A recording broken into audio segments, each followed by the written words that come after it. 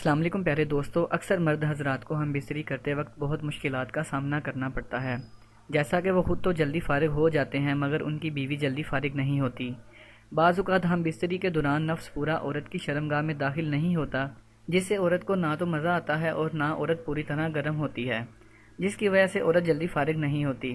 اس لیے آج میں آپ لوگوں کو بتاؤں گا کہ کس طرح ہم بستری کے دوران آپ کا نفس عورت کی شرمگاہ میں پورا جا سکتا ہے، جس سے عورت زیادہ مزہ حاصل کر سکتی ہے، اور کس طرح عورت کو جلدی فارغ کیا جا سکتا ہے۔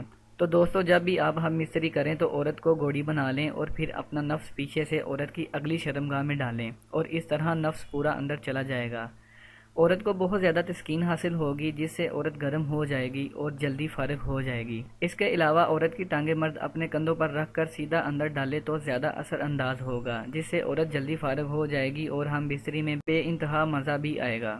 مزید اچھی ویڈیوز کے لیے ہمارا چینل ضرور سبسکرائب کریں، ویڈیو کو لائک کریں اور شیئر کرنا مت بھولیں۔ شکریہ۔